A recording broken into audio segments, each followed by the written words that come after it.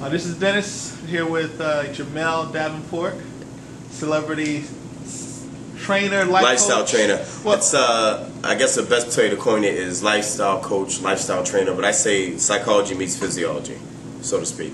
It's gonna take me a minute not to look at you and not look at this camera. that's fine. Either way. I'm about to adjust to that. Yeah, so psychology meets physiology. I do life coaching, personal training.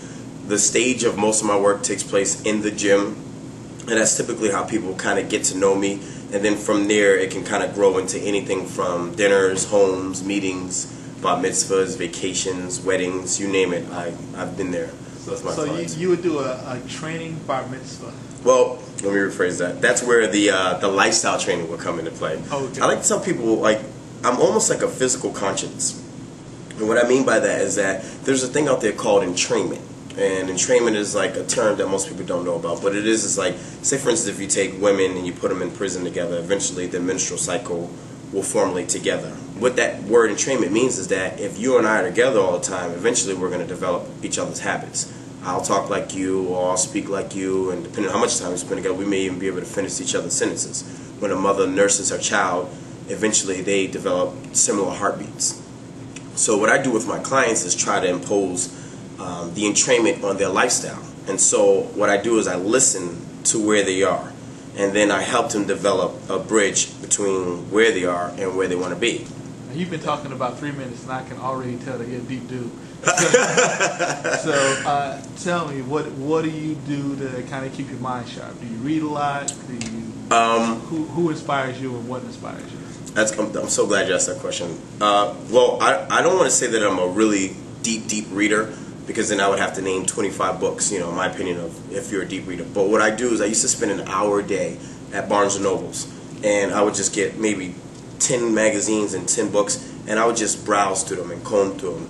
And then I would just learn bits and pieces about different parts of the world, different thoughts of the world. I get an economic book, or I'll get a philosophy book, or I may get a psychology book, I may get a fashion book. And I would use those as fillers for conversations. So that's one area where I've learned how to just like learn how to interact with people where they are, and sort of just meet people where they are. Because you'll find a lot of times, especially with the text phenomenon that's going on, we speak in the language that we text. You know, hey, how you doing? Great. How's everything? Good. How's work? Good. How's the kids? Good. You know, it's short. Most people don't know how to converse with people. Another thing that I do is I mirror. You know, I think that everyone should have a role model.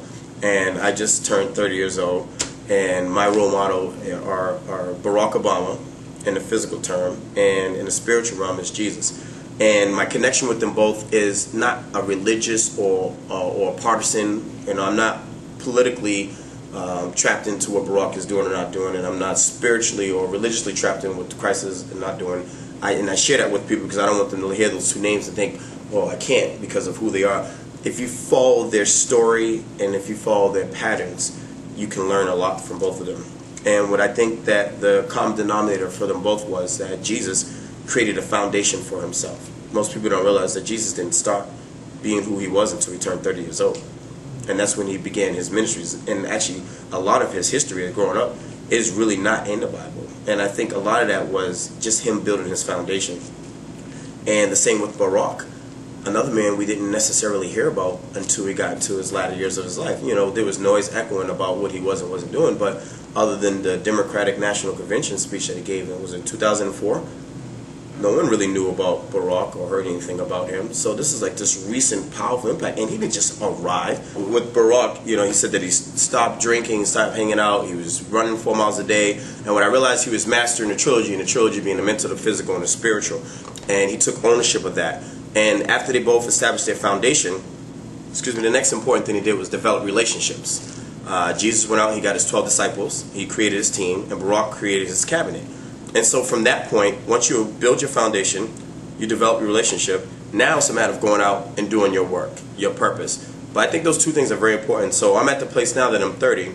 Spiritually, that's when Christ began, and it just so happens that's when Barack was elected. So I'm watching Barack and how he's managing and campaigning, and how he's presiding over our earthly world, and I'm watching and reading how Christ did it when he was walking through his spiritual world, how he healed people, how he addressed people, how he approached people, and the same thing that Barack's doing. And I'm not comparing Barack and Christ, I'm just saying that they both mastered what they needed to do prior to doing what they were meant to do. If that makes sense. Yeah. It definitely does. I think what interests me about your story is that you've taken on the physical aspect of training as a way to reach people spiritually. 100%. Which is interesting. So 100%. What, I guess, from a fitness standpoint, do you do, or do you tell your clients? I mean, is your regimen different from, say, any other physical trainer? I mean, do you do like mental exercises as well? Yeah, no, you can't reinvent the wheel. And for trainers out there who are trying to sell themselves and tell you that they got the magic trick, I mean, there are different levels of education. I think with training, it more so deals with, can you injure a person or prevent them from being injured? And I think that's the relationship between a trainer who's not experienced and who can overtrain you or not train you efficiently where you'll get to your goals, and a trainer who's very well read and very well experienced in a sense of being able to have the amount of years on his belt to say, okay, this has worked for my clients in this period of time and I've mastered this. But for the most part, I don't reinvent the wheel with my clients, and I don't have one set way or approach to each client. Now, you work with some celebrities as well. Yes, sir. And so who have you worked with in the past, and how did you hook up with some of the celebrities you worked with? Man, I always stutter at this part because I always try not to throw names. But I've had a range of clients. I work with anywhere from the comedian actor Mike Myers to one of the most famous jewelers, David Yurman, to one of the most urban celebrity artists, Keisha Cole. So I'm not limited to the type of individual I work with. I don't ever want to be pigeonholed as the guy who has to work with the rappers and the artists, which there's nothing wrong with that. But I also don't want to be the Hollywood trainer who deals with the foo-foo, fee-fee people either. I want to be able to tell people that my language is broad enough and that my horizon is wide enough to be able to speak to just about anyone in any area of life. You know, truth is something that's receptive to any area of life or any frame of reference of life, as long as it's communicated accurately and communicated with integrity. So I try to use the integrity that I have to each and every person. So yeah, I'll go in and I'll work. I've had a conversation with Maya Angelou about health and how she can take care of herself and anything that I can do to suggest that she could have better health. And you know, who happens to have those kind of opportunities? And to your second question about how does that happen, I believe for me it's been divine intervention mostly. And I think the second thing is that whatever you put into your conscious mind, your subconscious mind immediately starts to work for it. So for me, I always say where it is that I want to be in life and who are the people that I want to approach the most. Who is the audience that I want to be able to reach out to? And I think about that, and I constantly think about that, and I just let it resonate. And then I think just the universe just brings that energy and those opportunities to me, and they just avail themselves. And so while they're kind of formulating, I'm making sure that I'm preparing myself. Because a lot of times we want the big fight, we want to see Tyson and De La Hoya, but we don't prepare ourselves the months up to the fight.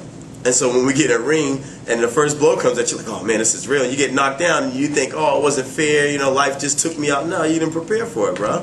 You know, so I make sure that while I'm putting it out there in the universe, I'm also doing my part. So then when I do meet a David Yurman or a Mike Myers, I know what to say. As far as you and your career, your personal development, I mean, have you thought about it? Have you done much motivational speaking? I mean, what do you see yourself in like 5 years? You seem to be a man of goals. Oh, 100%. Within 5 years, this will be a room full of cameras and lights, and I will have my own talk show within 5 years. Okay. 100%. And if that is not within my purpose or my walk in life, then through some form of media, whether it be television, radio, internet, or through some form of publication, I will be able to touch, move, and inspire a mass amount of people through my words, whether it be print, whether again it be recorded, or whether it be televised.